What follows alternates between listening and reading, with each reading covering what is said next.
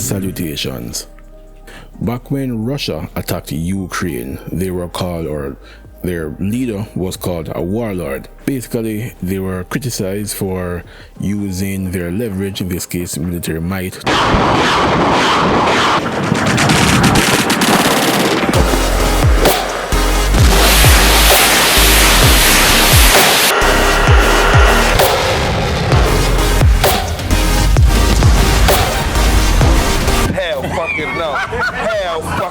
no fucking way.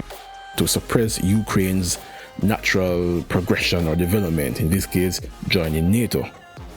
Now, I am not a world expert in geopolitics or world history by any means. As a matter of fact, I find history quite boring, but from my understanding, NATO was created in response to the Soviet Union as a defense alliance, and so they had a tenuous relationship with Russia. Now, NATO kept expanding eastwards towards Russia, and apparently Russia decided, you know what? Won't take no shit, won't be no bitch, not one more inch, not today. We're not going to allow Ukraine to join NATO and have NATO right at our doorstep. Now, this has been a point of contention because some people say that there was never such an agreement initially in the drafting of the accord or whatever. But regardless, I always thought, I don't think America would be as benevolent if a potentially hostile military alliance grew right up to their doorstep. So either Mexico or maybe Canada decide to join some China alliance or something. I don't think US would be so kind and forgiving towards it. I'm not saying that Russia is right in this case, but maybe Putin isn't a total warmonger as he is depicted by the West. Or maybe he is. Because you see, a warlord, what is a warlord? The commonality here is aggressive tyrant. Now that begs the question, what is or who is a tyrant? This is from Collins Dictionary. Any person in a position of authority who exercises power oppressively.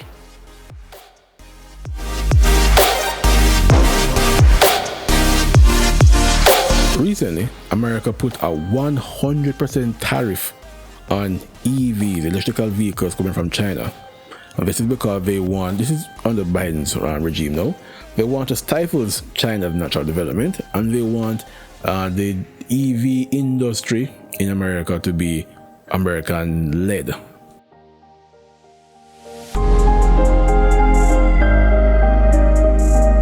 There are different types of warlords. You do have the militaristic warlord, but you also have the economic warlord. And my question now is, are tariffs a form of tyranny? And if this is the case, but could this not mean that America is an economic warlord trying to claim moral superiority over a military warlord? They're both warlords.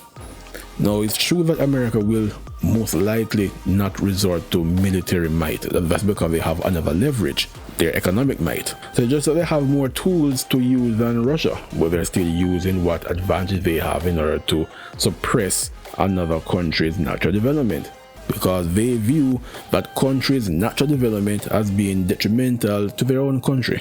So again, they're advancing America's interests at the expense of China's economic stability or standing. Now, it is not as immediate as a war, the loss of life and so on, but you are still stifling their economy, which affects the lives of China, billions in the case of China. Billions. Now, there is some precedence to the idea of tariffs becoming a form of tyranny. So in this article, this is an article from News Diary titled "Nigeria, the Tyranny of Tariffs" by Dr. Unch Akunebu. Anyway, so Nigerians are complaining about fuel tariffs, electricity tariffs, and now cybersecurity, yet another tax. So all of these taxations will have really ruined the lives of Nigerians. And yes, the 100% tariff increase on one product isn't enough to ruin the lives of all of Chinese, but it is the mentality behind it. Suddenly, America doesn't care about competing in the open and free market, where China create the best EV they can.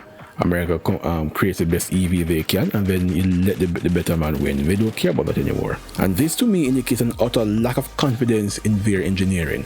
Probably rightfully so, because Chinese students aren't busy trying to turn a man into a woman, or trying to justify how the better man is normal in a species that reproduces sexually. That don't make anyway. So let me know what you think, because America has used tariffs as a bludgeoning weapon to force other countries into submission. The end goal is the same as a militaristic warlord, where one would use military might to force another sovereign nation into submission. America used economic might. This is part of the reason why I think America should just leave the rest of the world alone and sort out their business, because you've done the same, or if not worse in some cases, and you're now claiming the moral high ground. I do need to make the disclaimer that this is of course not all Americans. Putin's a killer. A lot of killers. We got a lot of killers. Why you think our country's so innocent? It's just that when you're talking about countries, you will refer to them in terms of their government, right? So it's particularly the American government. And yes, I know that at any given time, roughly half the population doesn't support what the government does. Well, a little less than half doesn't support what the government does, and so on. So they say, for example, our leaders do some real nonsensical things from time to time. They're able to trick the majority of Jamaicans into voting based on color rather than policy. If you're American, don't necessarily feel that I'm attacking you in particular, just the actions of the leaders of your countries.